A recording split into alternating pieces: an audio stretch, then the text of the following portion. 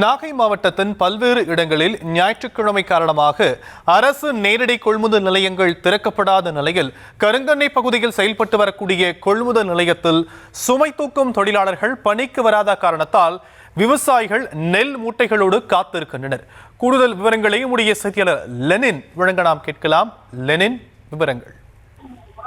நிச்சயமாக சியாம், நாகை மாவட்டத்தில் இந்த ஆண்டு 1,00,000 ஏக்கர் பரப்பளவில் குறுவை நெல் சாகுபடி செய்யப்பட்டு அறுவடை பணிகள் நடைபெற்று வருகிறது.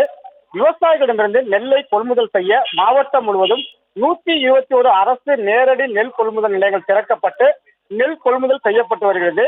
இந்த நிலையில் நெல் கொள்முதல் நிலையங்களில் அதிக அளவில் நெல் மூட்டைகள் தேக்கமானதால் இரவு 10 மணி வரையிலும் ஞாயிற்றுக்கிழமைகளும் நெல் கொள்முதல் நிலையங்கள் திறக்கப்பட்டு நெல் பிடிக்கப்படும் என மாவட்ட ஆட்சியர் ஆகாஷ் தெரிவித்திருந்தார்.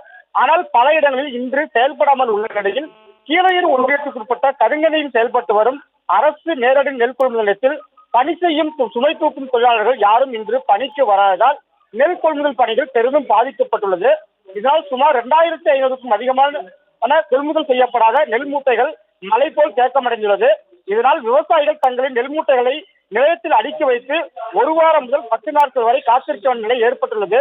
மேலும் போதிய பாதுகாப்பு வசதி இல்லாததால் வெளிப்புறத்தில் குவிந்துள்ள நெல் மூட்டைகள் ஆடு மாடுகள் போன்று வைத்து சாப்பிடுவதால் நெல் சேதமடைந்ததாக விவசாயிகள் கவலை உள்ளனர். மழை வசதி காரணமாக விவசாயிகள் தார்பாய் வாடகைக்கு எடுத்து நெல்லை பாதுகாத்து வருகின்றனர். தற்போது நிலையத்தில் ஏற்கனவே 3000 மூட்டை பிடித்த மூட்டைகளையும் 2,500 மூட்டைகள் பிடிக்காத மூட்டைகள் உள்ளன.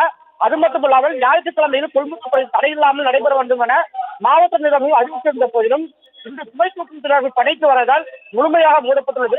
உடனடியாக மாவட்ட நிர்வாகம் இந்த விவகாரத்தில் தனி கவனம் செலுத்தி விவசாயிகளுக்கு உரிய தீர்வை தர வேண்டும் என விவசாயிகள் கோரிக்கை வைத்துள்ளனர். விரிவான விவரங்களுக்கு நன்றி லெனின்.